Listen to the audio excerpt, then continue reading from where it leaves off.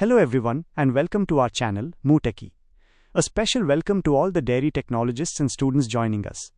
This is class 2 in our dairy engineering series, where we continue from our previous lesson to dive deeper into the essential sanitary features of dairy equipment. Our unit is still Unit 1, Sanitation in Dairy Engineering. Our focus now is on the sanitary features of dairy equipment. The first and most fundamental feature is that equipment must be easily accessible and readily cleanable. This must be possible whether the equipment is fully assembled or has been taken apart for a thorough cleaning. We can see a practical example of this with a conveyor belt. In its normal transport position, the belt sides overhang which could trap dirt. But for cleaning, the tension is released and the roller is swiveled out. This reveals the cladding, framework and support rollers, allowing every surface to be reached and cleaned properly. This design is crucial for preventing bacterial buildup. Another key feature is that all removable parts must be readily demountable. This means they should be designed for easy and quick disassembly without needing special tools, which encourages frequent and effective cleaning. It is absolutely vital that all product contact surfaces are self-draining. The design must prevent any liquid from pooling. We see visual examples of wrong designs with flat surfaces next to right designs with sloped surfaces. The goal is to avoid any accumulation of milk solids, which can harbor bacteria and be very difficult to clean. A critical rule is that when equipment is assembled, no pipe or fitting threads can be exposed to the product. Exposed threads, like those sometimes found on milk storage tank legs or pasteurizer frames, create tiny, impossible to clean crevices. The solution is to use improved designs for joints that eliminate this risk. For all permanent joints, welding is the required method, but not just any weld. Lap welds are unacceptable because they create a ledge. Instead, butt welds must be used. After welding, the joint must be ground to a perfectly smooth finish. This applies to all welds, including corner welds in food equipment, ensuring there are no gaps for contamination. All interior surfaces must be smooth and even, especially at the joints. This eliminates crevices and projections.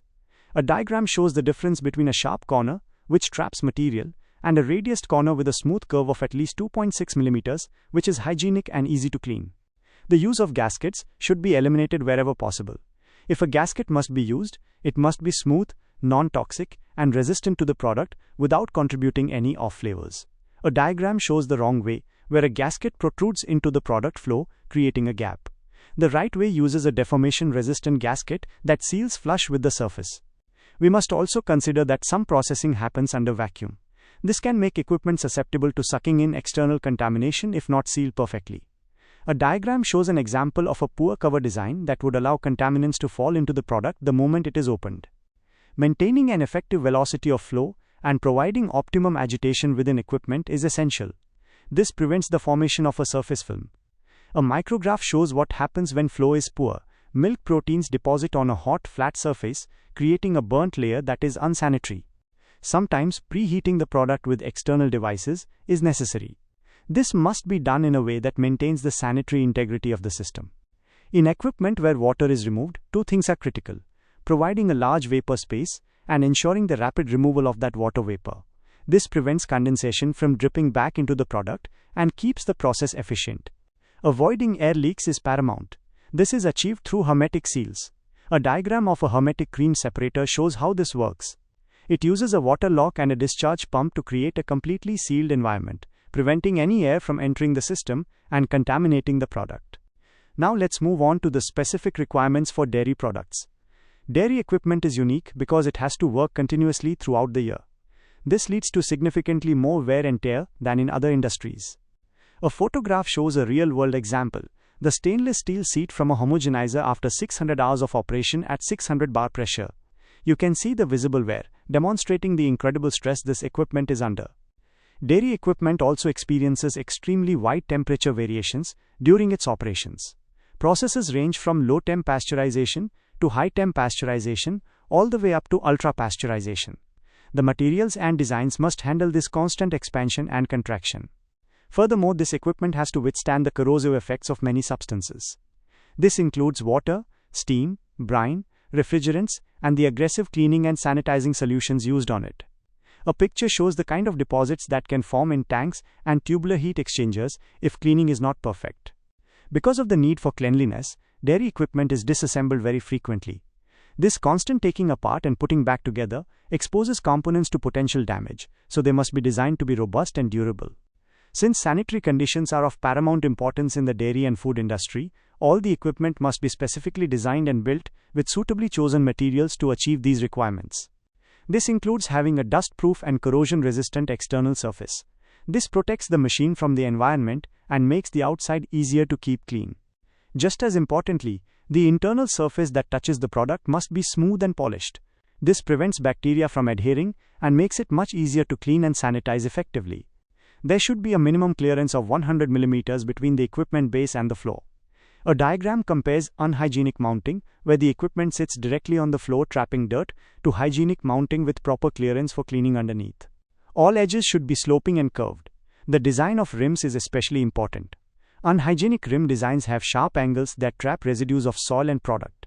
Good design requires a complete absence of sharp corners and edges anywhere. This principle also applies to conveyor belts. An unhygienic design has an open edge where product can get stuck. A hygienic design has a covered edge with a rounded rim and reinforcement, preventing any product buildup. A major goal in piping design is the elimination of vertical dead spaces or passages and capped T's. These are often called dead legs. A diagram shows why they are not preferred. In a pipe with a dead leg, fluid doesn't move, so it loses heat. This means during a heat treatment with hot water or steam, that section will be at a lower temperature than intended, creating a serious risk that bacteria will survive. Hinges on equipment like tipping containers must also have a hygienic design. They should be simple and easy to clean, without complex parts that could trap food material. All welds must be properly ground and polished to a smooth finish. A diagram shows 3 examples. The unhygienic option uses intermittent welding and overlapping sheets, creating edges and crevices. The hygienic options use continuous welding, that is then ground smooth, creating a seamless, cleanable surface. Openings on containers must have a raised edge. This is a simple but brilliant feature that prevents surface drainage from the outside of the container from flowing back into the product and contaminating it when the lid is opened.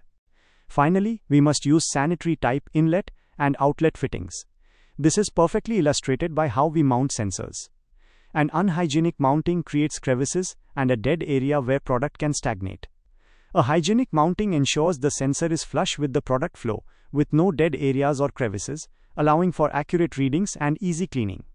Thank you for joining us for this detailed exploration of sanitary design.